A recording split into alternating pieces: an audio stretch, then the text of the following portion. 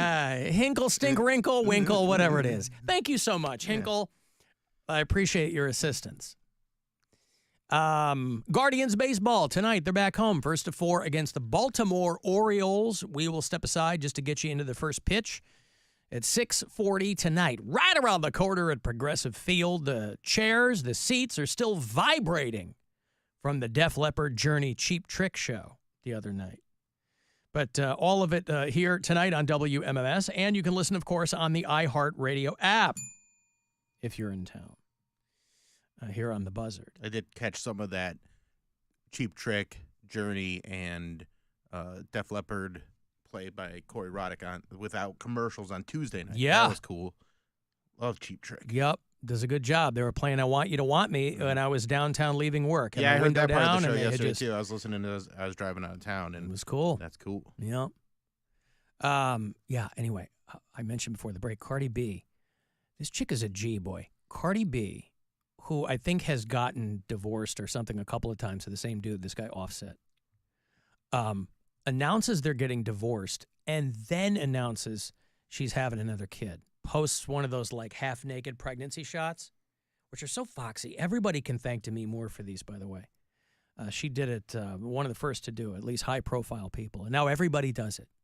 Everybody gets themselves into like lingerie-adjacent stuff so they can show off their fecundity in well-lit circumstances. And she doesn't even mention if Offset is the dad. That's the flex. There's no... Our lives are going in different ways, but we're going to bring a new life into the world. I'm divorcing this guy, and guess what? Not to be outdone, check out my stomach. Now, it's no Keke Palmer flex on SNL, but this is pretty good, too. And Cardi B, say what you want about her. I'll stop there.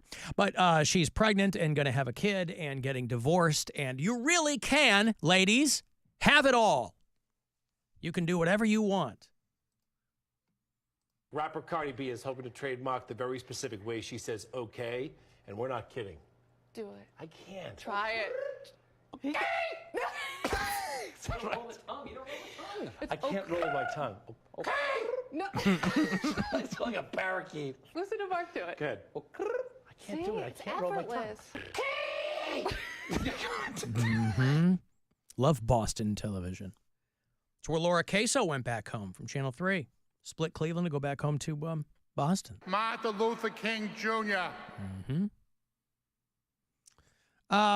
Okay, let me play this for you. Hi, Alan. I'd like to know who were the imbeciles, I'm sure they're fired by now, who said, hey, let's send Grandpa Donald to a meeting of black journalists. What could possibly go wrong? Okay, Alan, bye. Yeah, I think people are looking at this all the wrong way. People are like, oh, my God, why? Somebody got fired for this. It's not like this was an accident. Trump sat down with the National Association of Black Journalists in Chicago. Harris Faulkner was one. They had 3 journalists there. They had Rachel Scott, I believe is her name. She's from ABC. They had Harris Faulkner, who's a friendly. You know, she's over at Fox News. And I'm not sure who the third person was. But, there were, even within that organization, there was some conflict. Because a lot of the people in that organization were like, it's ridiculous to have Donald Trump here. He's not a normal candidate. This is only going to help him. It's not for the people in that room. It's for the MAGA Hill Rods. He doesn't care about the people in that room. And those people had a point. And the other people had a point, too. They said, well, he's still a candidate for president, and we should offer him the opportunity to sit down and talk about whatever. I don't know what they thought they were going to get out of him. They invited Kamala Harris. She had a scheduling issue or something like that. But they asked Trump to go in 2016. And they asked him to go in 2020. And he turned them both down both times. Golly, what could be the difference? I wonder why he showed up this year. Because I'll tell you what, if Biden was still the nominee, he would have turned them down a third time. So I guess he figured he would go because now he's running against Kamala Harris. And I don't know, frankly, what anybody was hoping to accomplish here. Because it's not like he's going to have answers for you for your questions. Not going to have anything substantive. And so this is what happened. A lot of people did not think it was appropriate for you to be here today. You have pushed false claims about some of your rivals, from Nikki Haley to former President Barack Obama, saying that they were not born in the United States, which is not true. You have told 4 congresswomen of color who were American citizens to go back to where they came from. You have used words like animal and rabid to describe black district attorneys. You've attacked black journalists, calling them a loser, saying the questions that they ask are, quote, stupid and racist. You've had dinner with a white supremacist at your Mar-a-Lago resort. So my question, sir, now that you are asking black supporters to vote for you, why should black voters trust you after you have used language like that? Well, first of all, I don't think I've ever been asked a question in such a horrible manner. First question. You don't even say, hello, how are you? Are you with ABC? Because I think they're a fake news network, a terrible network. And I think it's disgraceful that I came here in good spirit. I love the black population of this country. I've done so much for the black population of this country, including employment, including opportunity zones with Senator Tim Scott of South Carolina, which is one of the greatest programs ever for black workers and black entrepreneurs. I've done so much. Anyway, it goes on and on and on. I mean, you get the vibe. But anybody normal would have an answer for her question. He's not a normal candidate, of course. He doesn't have an answer for her question. These are professional journalists, so they know exactly what they're doing. Rachel Scott is one of that network's most accomplished correspondents. Like I said, Harris Faulkner was there, so it's not like, it wasn't an ambush. Some of the best journalists in this country are part of that organization. And, it's why Pete Buttigieg is so effective, by the way. He's on Fox News all the time. You're supposed to be talking to people that you don't agree with. You got to fish where the fish are. You don't put the ones you've already caught back on your hook. You go get something else. But that would be in a normal situation where you ask questions and they give you substantive answers. And you're not going to get that from him. There are all these headlines about Trump's letting his inner racism shine. It's not. When has it ever been inner? Inner? Kamala, what the Kamala video say to my face? They invited him to insult them to their faces. Which only makes him look good. So I'm not quite sure what anybody was expecting to get out of the situation. But that's what they got. And then he started talking about black jobs, and they're like, what the hell are black jobs? We don't know what black jobs are. In this room, I know and I have great respect for, a lot of the journalists in this room are black. I will tell you that coming from the border are millions and millions of people that happen to be taking black jobs. You had the best. What exactly is a black job, sir? A black job is anybody that has a job. That's what it is. Anybody that has a job. All right. And Mr. President, anybody that has a job is a black job. Bill has a black job. I have a black job. I have black jobs. Mary, you have black jobs. Thank you. So I guess he's just going to do to Kamala Harris what they did to Obama, which was she wasn't born here or whatever that new version of that. What is it now? She just became black, I guess. She just turned black. Oh, she just turned black. Right. Right. What? Well, first they were screaming Joe Biden picked Kamala Harris just because she was black. That was in 2020. And now it's she's not really black. So, listen, any candidate would feel more relaxed in a room full of supporters. But Trump is so used to getting his knob slobbed on Fox News and at those rallies that this guy literally has no clue what to do. So he just starts talking. He's not answering a question. He doesn't have any policy answers. There's no ability to think critically and thoughtfully about questions. He's a buffoon. So, I just don't know what anybody thought they were going to get. But what they're going to go in on is she's not really black, even though she is of Jamaican and Indian descent. About that logic, Bob Marley isn't black. So I don't know what they mean. They spent a week. There are all these. He has people on his campaign, obviously. He has advisors and he has people who are trying to get him to kind of follow along some kind of a mental script. They spent 2 weeks floundering, trying to figure out how to attack Kamala Harris. And the best they could come up with is she's not really black. That's where they are now. J.D. Vance thought it was hysterical. He said, I think it's hysterical. And you have to wonder if his biracial kids feel the same way. His wife's Indian. Our friend Roy Wood Jr., he started a hashtag that blew up. He started When I Turned Black. God, he's so funny. He's great. He's so funny. So he's like, hey, this is a safe space.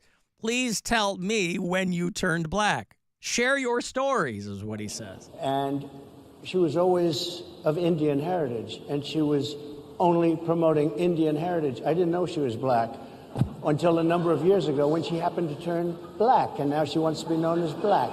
So I don't know, is she Indian or is she black? She is always identified as a black woman. She went to a historically black college. I respect either one, but she obviously doesn't, because she was Indian all the way, and then all of a sudden she made a turn, and she became a black person. Just to be clear, sir, do and you believe that I think she is somebody should look into that too when you ask continue in a very hostile, nasty tone. A very hostile, nasty tone. You know, they used to say the one thing Donald Trump can't stand is when you make fun of him. Except that doesn't matter, because to be hurt by jokes is you have to feel shame. That's the root of that. And he doesn't. That's why he just steamrolls through everything. But Roy Wood Jr., if you see that hashtag, When I Turned Black, he's got all kinds of people hitting him up for that. And God bless him, too. I was a late bloomer, somebody responded to him. It happened for me in my 32nd season of life when I finally learned how to play spades. I remember it when it was like it was yesterday. I must have been about 7 or 8. My mother told me to put the food away after dinner. I grabbed the empty country crock tub to use as Tupperware, and that's when I knew. That's not even a black thing. We did that my whole life, too. We did that That's a person thing. That's a human thing. You got old Chinese food takeout containers, and that's all my Tupperware is, like mostly Chinese food. The clear takeout. top, black plastic Yep. bottom. Yep. Yeah, a lot of that. Yep. Because that way, if you need to, you can just toss it. I asked my mother out of the womb, another person responded, if I could have McDonald's, and she replied, do you have McDonald's money? You know, McDonald's, that's their ad campaign now. I got McDonald's money. They're leaning into that, too. That's predating When I Turned Black. Somebody else responded to him, when I heard the preacher say, I'm almost finished, I ain't going to hold y'all all day, that meant we had another 2 hours to go. So, yeah, there's a lot going on there. Somebody sent me the photo of, they put up a billboard in Pennsylvania that just says weirdo, taking a page out of the Tim Misny playbook, where you just see the eyes. Yeah. It's just Trump's eyes in big white letters that says weirdo. And somebody paid for a giant billboard on the PA Turnpike, I guess. So I don't know. I guess in theory, I understand what they were trying to achieve with that. They're like, this man's a candidate. Let's get him here. I mean, obviously, there's entertainment value to that. You're going to get eyeballs, people in that audience laughing, a lot of them not. But I don't know. Because just theoretically, you would think he went there to ply his trade, however thin that might be, but to make his case for, hey, but if you just play in the hits, I've done more for black people than Abraham Lincoln, and then people go, could you elaborate on that? Even if I go along with you down this psychotic road, could you elaborate on that? What the hell do you mean? So I don't know what I don't know what this is going to do for people who are there. The women who are on that stage are all very accomplished people.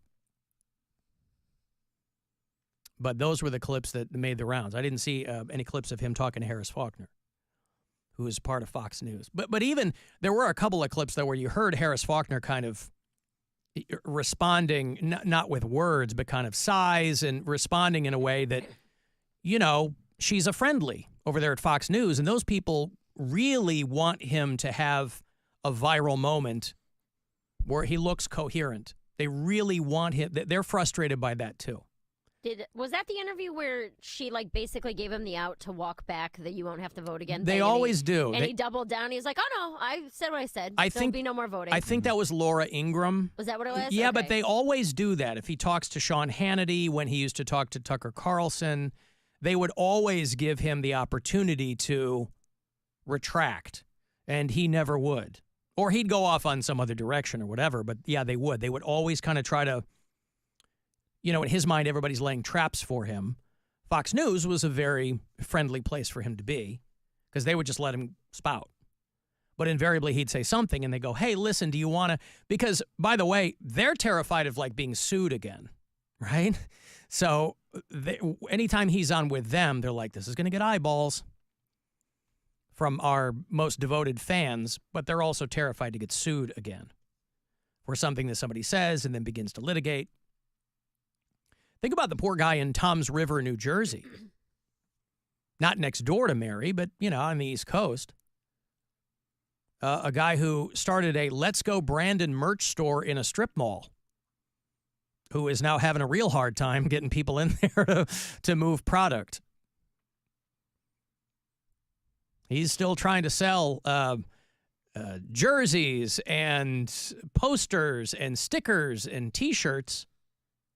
And now that he's stuck with all of the, you know, it's like when you have the Super Bowl T-shirts made up and then the T-shirts from the losing team, they have to get sent overseas.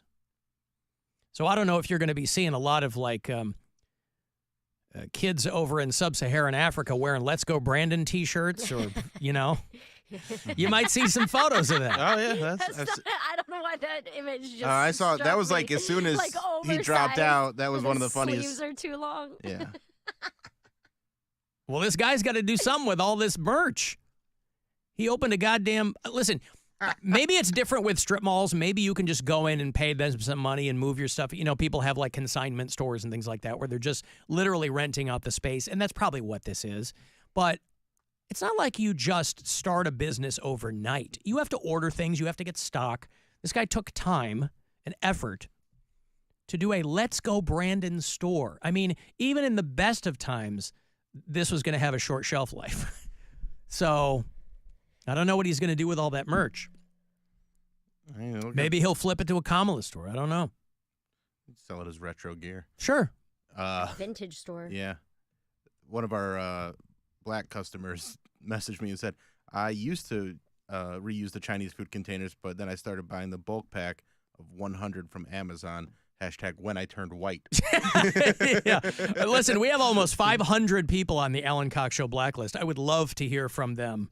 I'll forward them to Roy. I would love to hear when they turn black. But yeah, I'll tell you what, the bulk containers on Amazon, that's a smart move. Nothing wrong with that.